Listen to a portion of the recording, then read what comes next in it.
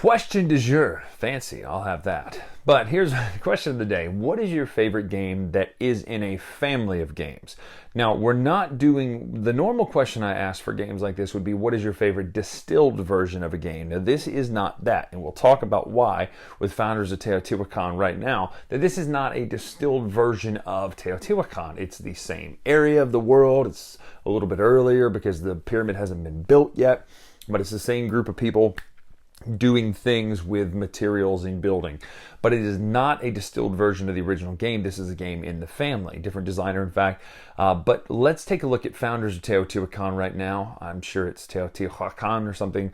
I don't like Teotihuacan. That sounds like I'm walking down the street. It doesn't sound like that's correct. I could be wrong. I feel like there's going to be some more hard accents in there based on the Mayan language, not Quechiquel. That's in Guatemala. This is a different area, but Quechiquel, I've heard that spoken in modern day, and it's a beautifully, just very interesting language to hear.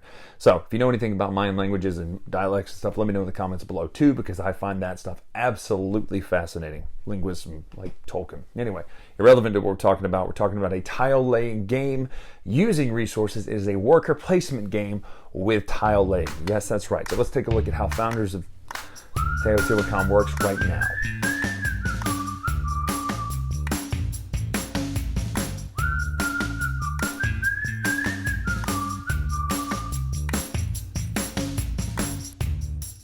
So this is Founders of Teotihuacan set up for 2 players. Now that won't necessarily matter player count because this is the personal board, but over there on the main board, some things will change based on that. Your architect, if you're first player, will start here at this top position. If you become second player, it'll start there. And then it will move around the board into these spaces here into which your architect is showing where you're able to interact with during your turn. That doesn't matter right now during the pre-setup, because during the pre-setup or the setup, you're going to take the pyramid tiles, you're going to place them onto the board and take these rewards. Now, when you take it during setup, you're not allowed to cover masks, and these masks are how you get these points for masks out here. The first one to cover a mask symbol gets the top one, and they're set up descending order depending on player count. There are more or less of them in there. More or fewer? I don't know. Anyway, 9 points for that one, 7 points for that one, and 4 for that one. So they are slightly more difficult to cover based on the color, and then you get the reward for them. You'll get this tile that sits here, and this shows a corner, essentially, for you to put more tiles out. Because as you fill this in, you can then start building on the next layer of the pyramid. When you build a pyramid tile, and we'll cover this later, you gain 2 points immediately, plus they have a chance of scoring at the end of the game per pyramid tile, per temple that's in the quadrant. Quadrants are only used when it comes to scoring at the end. Usually you're dealing with half the board with your architect. Same goes for the pyramid in the middle. If your architect's here, you can interact on this space, this space, this space, this space, and this space. And depending on if you're on the next level up, you can put one on here as well. The architect works for this half of the board when you're interacting with the spaces out here in the city. That's what the architect's for. Now, whatever you cover, you're going to get those bonuses. I'm not going to go through every symbol, but essentially these are going to give you temples, these are going to give you resource buildings, and that's going to give you a small resource building and 2 points. Your resources, a really interesting concept is out here. So let's just say we have a resource building out here and we're already post setup. When you gain a resource building, you will put around it in every orthogonal space the resource type. So this is gold, so you will do this. It's okay to cover a mask with these. They don't actually cover the mask. It just counts as it being there. So now we have 6 gold to use. Had I turned it a different way or put it in a different position, perhaps down here, I might have more gold to use because I have more spaces that are not covered up by the edges here. But that's how resources work. You gain them onto the board around your buildings and you spin them off the board. Doesn't matter where they come from. They don't have to come from the place, the same quadrant, or the same half of the board, but they do have to come from your board. You don't store resources off the game board.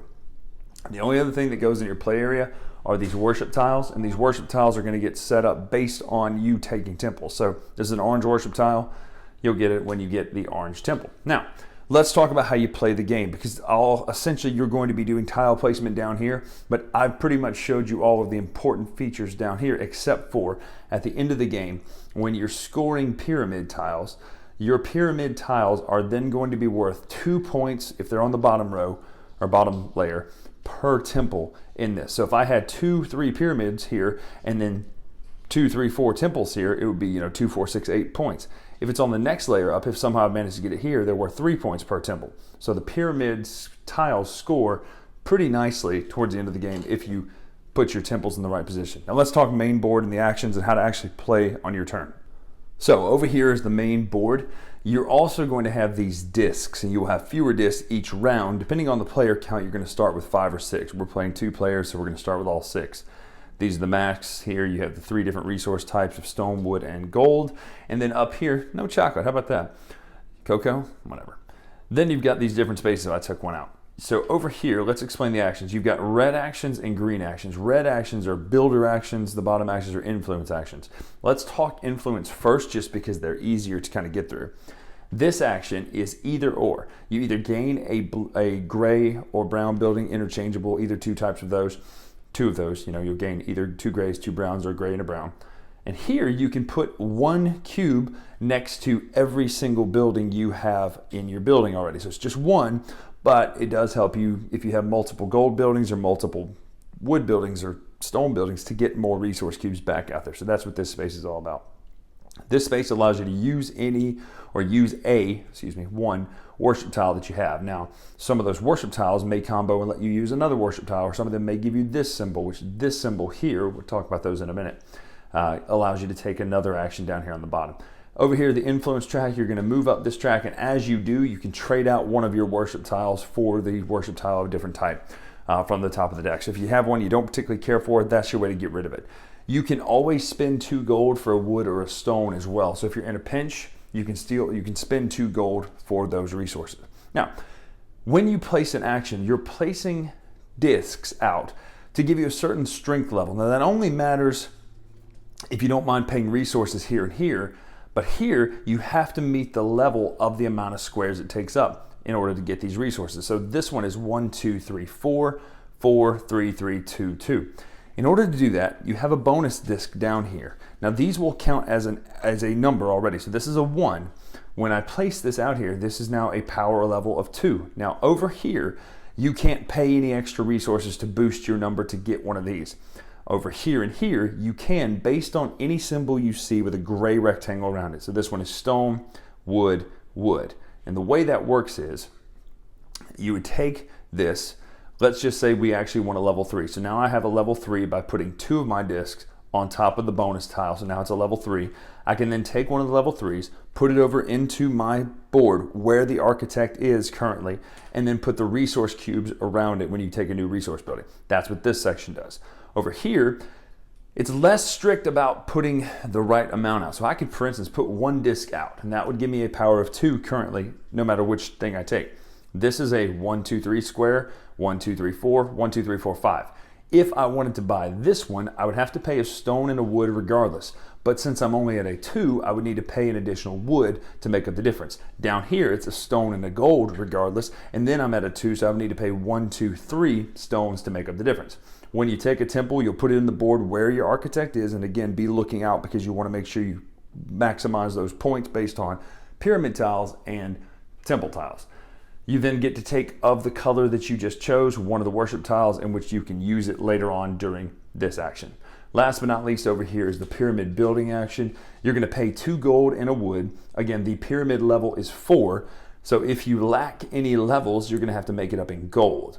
When you take a pyramid tile, you automatically gain 2 points. When you come back over to your main board to put the pyramid tile out, you will then also gain the resource or the building or whatever reward listed when you put it there.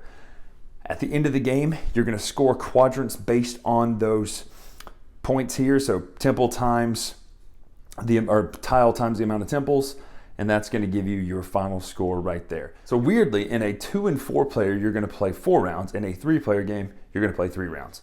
You will lose one of your discs each time a new round starts. The other thing to note that these are all limited during the round. There are only an exact number of these, and these during the round. So if they run out during the round, you have to wait till the next round in order to get them. When you've taken an action, regardless of what happens, you're going to move your architect to the next space. Person with the most points wins the game.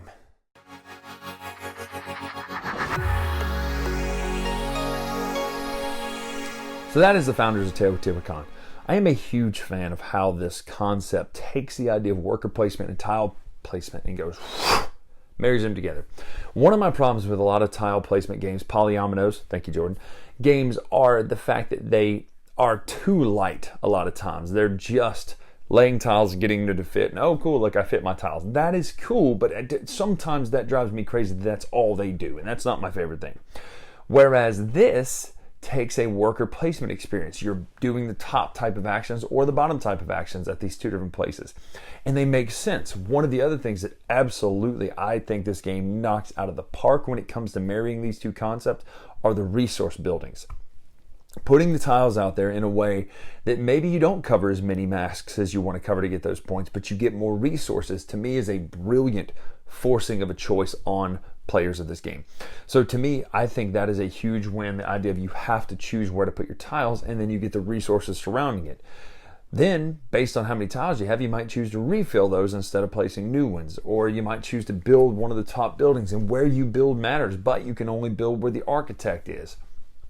This game is brilliant, if you ask me. Now, I do like the original better, but these are two different games, so comparing them is not the same thing. That's like saying I like Gloomhaven and Whitehall Mysteries. Like, that's not, they're two different types of games, right? So, yes, this has worker placement in which something moves around the board. There's no cocoa in this one, but this one involves the idea of marrying that worker placement, the simple worker placement, because there's only 1, 2, 3, 4, 5, 6 options plus some bonus tiles, with the added idea of using more time. Now, this is where it does feel like the original.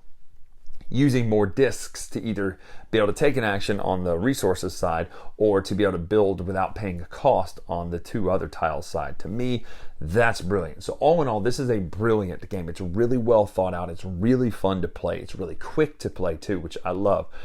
Forces you to make some hard choices, but scoring, I also like how it scores. Doing the pyramid tiles times the temple tiles is really great, but having the forced choices of, man, I can only build where my architect is, this is a great game. If you like the originals, if you like any of the Tashini T games or David Tursi T games, you would love this one, even though it's not as heavy on purpose, but you still get a taste of that flavor of those kind of something's moving around in a circle.